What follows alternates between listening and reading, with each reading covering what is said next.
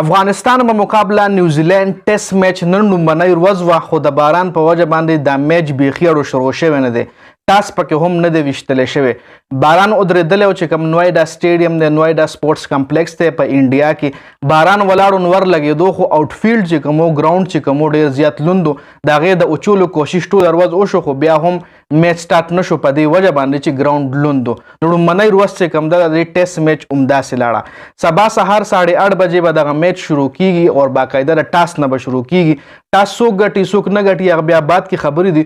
خو د افغانستان د ټیم نه بوري خبردار راغلی چې د هغې ابراهیم زدران چې کوم د هغې مین کی پلیر دی هغه انجرډ شوی دی. دا خبرونه هم راغلي دي چې ګورباز کریبین پریمیر لیګ پرېښی دی او هغه مطلب افغانستان کرکټ ټیم ته دغه میچ ته راتلو والا دی. کوم میچ چې نیوزیلینډ سره ټیسټ سیریز دی، اوس آیا دی کې حقیقت شته که نه دی لا کمپلیټ کنفرم خبره نه ده.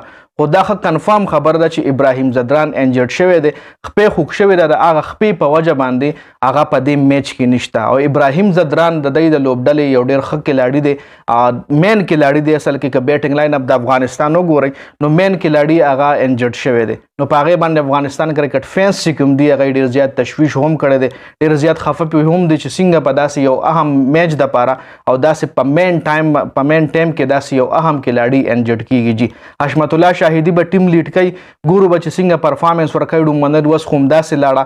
او که چېرې پرون چې کومه ویډیو ما جوړه کړې وای کې دا خبره هم ما کړې وه که چېرې دا وکټ بالنګ دپاره ښایي نو بیا د افغانستان د میچ ګټلو لږ ډېر چانسز شته دی. خو د وکټ حوالې سره ما پرون یو کمپلیټ ویلوګ تاسو سره شریک کړی چې کوم پیچ دی وکټ چې کومه ده دا د بیټنګ وکټ ده. په دې باندې بیټنګ ډېر ښه کیږي. په دې باندې هایسټ سکور چې کوم شوی دی انډیویجول د یو اننګز هغه 706 رنزونه شوي د انډیا بلو ټیم پې کړی دی. او هایسټ انډیویجول سکور بای پلیر چې کوم دی هغه په چټیشور پوجارا کړی دی، د انډیا د ټیسټ کلاړي دی. 256 رنزونه پکې د هغه هایسټ سکور دی په دې ګراوند باندې. وکټ چې کومه ده په دې باندې ایوریج سکور په فرست اننګز کې 300 رنزونه په دې باندې ډېر په اسانه باندې کیږي. نو د بیټنګ وکټ ته بل طرف ته د افغانستان بیټسمینان چې کوم دي اهم کلاړي په مین موقع باندې په اهم موقع باندې انجرډ شوی ابراهیم زدران. که چېرې ابراهیم زدران انجرډ شوی نه وي وکټ د بیټنګ دپاره جوړه وه نو ښه شور خبر ده چې هغه افغانستان د یو غټ شکست نه هم بچ کولی شو او د افغانستان دپاره زیات سکور هم جوړولی شو. نو وکټ د بیټنګ وکټ ته اوس هوسټنګ چې کوم دی میلمه ټیم نیوزیلینډ دی او کوربه ټیم افغانستان دی. پیچ سیټ کول وکټ جوړول دا د افغانستان کار دی. که چېرې افغانستان وکټ بالنګ دپاره جوړه کړې وي نو ښه به یې کړې وي، ځکه افغانستان بالنګ بیا هم ښه دی. په بالنګ باندې افغانستان نیوزیلینډ له شکست ورکولی شو. خو بیټنګ وکټ کوي نو د نیوزیلینډ ټیم چې کوم دی په بیټنګ کې ډېر زیات مضبوط دی. د هغوی چې کوم لوبډله وه هغه لړي تاسو سره ما اناونس کړې وه.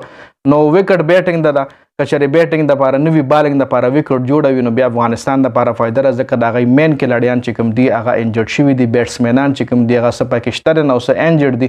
ګورو به لومړنۍ ورځ خو همداسې تېره شوه، سبانۍ ورځ ډیټیل به در سره انشاءالله بیا دا ټایم شریک کوم. ډېره زیاته مننه، والسلام.